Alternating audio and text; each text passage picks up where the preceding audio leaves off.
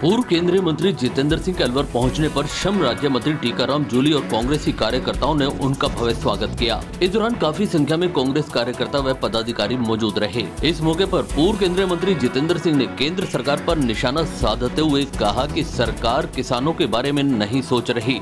किसान सर्दी में बॉर्डर पर बैठा है। किसानों के आंदोलन को काफी दिन हो चुके हैं, लेकिन सरकार किसानों से बात करने को तैयार नहीं है। उन्होंने कहा कि देश के प्रधानमंत्री नरेंद्र मोदी और केंद्र सरकार को अहंकार आ चुका है। वो जनता की बातें सुनने को तैयार नहीं है। उन्होंने कहा कि सरकार के खिलाफ किसानों में काफी आक्रोश भरा हुआ है और एक बहुत बड़ा आंदोलन किसानों का बन चुका है। उन्होंने कहा कि केंद्र सरकार इस देश को बेचने का काम कर रही है।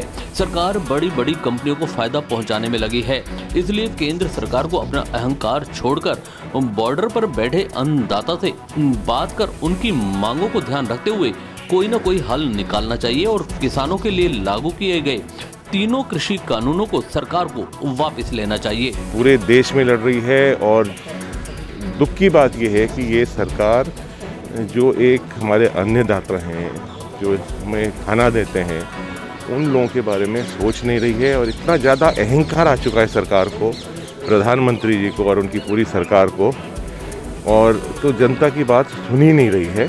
और अब ये एक तरह से आक्रोश बढ़कर एक आंदोलन बन चुका है। अभी भी मैं निवेदन करता हूँ सरकार से कि आप अपना अहंकार छोड़िए।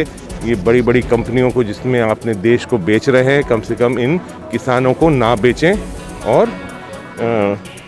और आप वापस किसानों के साथ बातचीत करके ये जो 3 काले कानून हैं इनको विड्रॉ करिए।